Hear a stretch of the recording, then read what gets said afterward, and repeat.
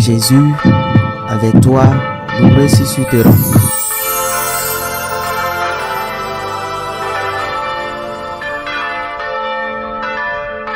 Le Seigneur soit avec vous. Et avec votre esprit. Évangile de Jésus-Christ selon Saint Jean. Gloire à toi, Seigneur. En ce temps-là, Jésus disait à ses disciples, « Quand viendra le défenseur que je vous enverrai d'auprès du Père, lui, l'Esprit de vérité qui procède du Père, il rendra témoignage à ma faveur. Et vous aussi, vous allez rendre témoignage, car vous êtes avec moi depuis le commencement. Je vous parle ainsi pour que vous ne soyez pas scandalisés. On vous exclura des assemblées. Bien plus, l'heure vient où tous ceux qui vous tueront s'imagineront qu'ils rendent un culte à Dieu. Ils feront cela parce qu'ils n'ont pas connu ni le Père ni moi. Eh bien, voici pourquoi je vous dis cela. Quand l'heure sera venue, vous vous souviendrez que je vous l'avais dit. »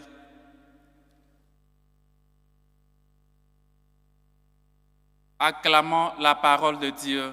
Louange à toi, Seigneur Jésus.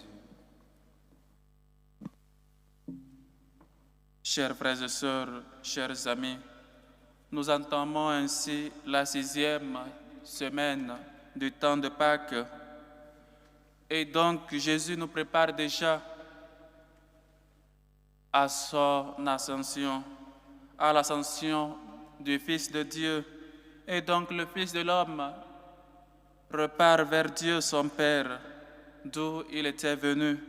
Mais il ne veut pas qu'on soit triste, il ne veut pas non plus nous laisser seuls, il ne veut pas qu'on ait peur comme avant les disciples, quand les militaires ou peut-être les soldats sont venus le prendre. Tous étaient repartis, chacun chez lui. Ils ont attrapé le berger et les brebis sont dispersées. Il ne veut pas que cela se répète. Et donc, il prépare déjà ses disciples. Il est temps, je vais vers mon Père et votre Père, et je ne vous laisse pas orphelins.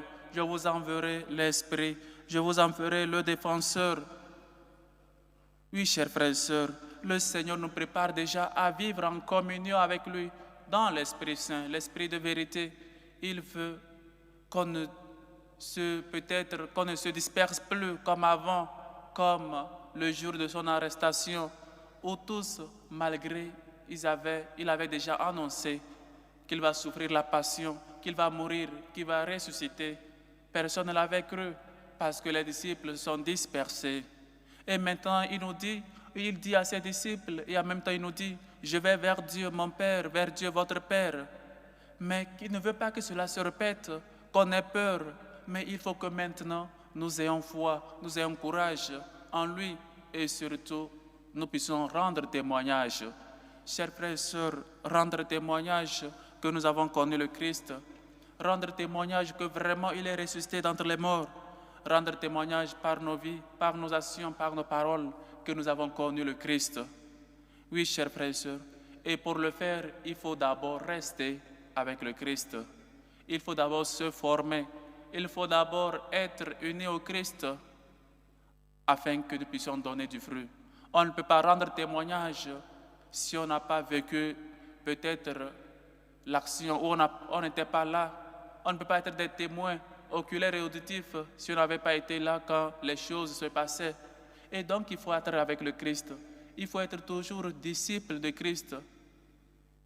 Il faut apprendre de Jésus afin de rendre témoignage. Et lui-même nous a dit, il enseigne avec autorité. Quelle est cette manière d'enseigner avec autorité? Personne d'entre nous n'avait vu cela. Il enseigne avec autorité, même les esprits l'obéissent. Qui donc est celui-ci? Pour que même le vent, les tempêtes, la mer l'obéissent. Qui donc est Dieu? Pour que moi, je puisse rendre témoignage. Il faut donc avoir une relation personnelle avec Dieu. On ne peut pas rendre témoignage, on ne peut pas être témoin d'un fait si on n'était pas là-bas, si on n'était pas là sur les lieux. Et donc, ce qu'on va faire, c'est de mentir. Et donc, notre témoignage ne sera pas crédible. Il faut donc se former. Il faut donc aller à l'école de Jésus. Il faut donc se laisser former par lui, qui est l'unique maître. Et donc, chers frères et sœurs, où sommes-nous dans notre suite au Christ? Où sommes-nous peut-être dans le respect des commandements de Dieu? Nous sommes à l'école de Dieu.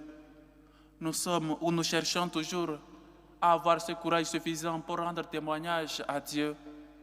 Combien ce monde dans lequel nous vivons a perdu ces témoignages-là. Personne ne veut rendre témoignage. Même les gens qui étaient sur les lieux, quand peut-être on vient les demander qui était sur les lieux, peut-être seulement pour rendre témoignage d'un accident, qu'est-ce qui est vraiment passé, qui avait tort, qui avait raison, personne ne veut rendre témoignage. Parce que tu rends témoignage et après tout, c'est toi qui as la faute. Ou peut-être on t'amène, toi, pour peut-être faire une sorte de vérification. Et donc personne ne veut maintenant être témoin. Tout le monde a peur. Je ne veux pas mettre ma tête ou soit ma langue dans les problèmes. Et donc cela peut se passer avec nous les chrétiens. Comme on ne veut pas de problèmes, on ne veut pas risquer notre vie pour le Christ, on préfère ne pas être des témoins. Et donc, chers frères et sœurs, un chrétien qui ne rend pas témoignage par ses actes, par ses paroles, qu'il a connu le Christ, n'est pas encore un chrétien. Parce qu'un chrétien, c'est comme toujours un panneau sur la route. Il doit toujours montrer la direction de l'horizon. Il doit toujours montrer la direction qui mène vers le salut. Il doit toujours montrer par sa vie que lui a connu le Christ.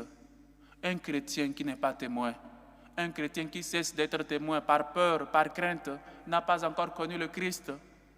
Et le Christ nous a dit, celui-là qui rend témoignage, celui-là qui me défend devant les hommes, moi je me déclarerai pour lui devant mon Père qui est aux cieux. Combien de fois nous sommes sortis et dire je suis chrétien, catholique? Nous avons honte, nous avons peur. Combien de fois nous avons donné le visage pour le Christ? On ne risque rien pour le Christ. On préfère se cacher, on préfère qu'on ne sache même pas qu'on est chrétien. Chers frères et sœurs, s'ils ont traité le bois vert qui est le Christ, sachant aussi qu'ils vont nous traiter ainsi. Mais cela doit être notre joie, d'être maltraité, d'être incompris, d'être peut-être insulté à cause du Christ. Parce que le Christ, en premier lieu, a reçu des crachats, des insultes. Si le Fils de Dieu, lui qui était juste, lui qui n'a rien fait de mal, on l'a persécuté, on l'a insulté, on l'a mis sur la croix. Tu penses que toi, en cessant d'annoncer le Christ dans ton travail, où tu es, à la maison, à l'école, dans ton atelier, on va te considérer comme une bonne personne? Pourquoi pas ne pas se risquer sa vie pour le Christ? Celui-là qui perd sa vie à cause de moi, celui-là la retrouvera. Mais celui qui garde sa vie, celui-là qui protège sa vie, la perdra pour toujours. Celui qui croit à moi, même s'il meurt, vivra.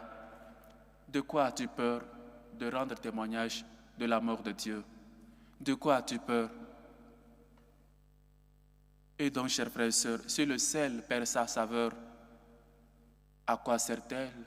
À quoi sert cette lumière qui est cachée sous le lit? À quoi sert un chrétien qui ne rend pas témoignage? Il ne sert qu'à tirer au dehors, là où il y a des grincements dedans, là où il y a des pleurs et des grincements dedans. À quoi sert un chrétien catholique qui ne rend pas témoignage par sa vie, par ses paroles qu'il a connu le Christ? À quoi sert un chrétien, un prêtre qui ne dit jamais la vérité, qui ne rend pas témoignage? À quoi sert un laïc? À quoi sert une famille chrétienne, un foyer chrétien, si dans sa vie, au foyer, ils ne montrent pas qu'ils sont chrétiens? Le Seigneur nous a déjà dit et nous a avertis, en nous d'en être les témoins. Celui qui me défend devant les hommes, je me déclarerai pour lui devant mon Père qui est aux cieux. Défends dans ce monde le Christ, défends ta foi, et lui, il défendra au moment venu. Il te défendra au jugement dernier. Défends le Christ, lui, il est toujours fidèle. Lui, il ne t'abandonne jamais.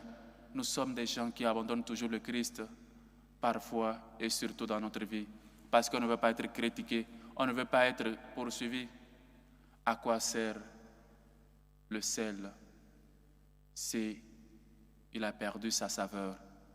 À quoi sert cette lumière qui est allumée et cachée sous le lit? Chers frères et sœurs, nous sommes la lumière du monde. Nous sommes le sel de la terre. Il faut qu'on donne saveur.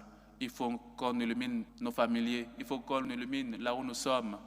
C'est moi qui vous ai choisi et vous ai établi afin que vous donniez beaucoup de fruits et votre fruit demeure. Sans moi, vous ne pouvez rien faire. Même si nous renonçons à notre foi, même si nous renonçons qu'on n'est pas chrétien, ce n'est pas avec cela qu'on va cesser d'être poursuivi. On sera toujours poursuivi parce qu'une lumière ne peut pas être allumée et être cachée.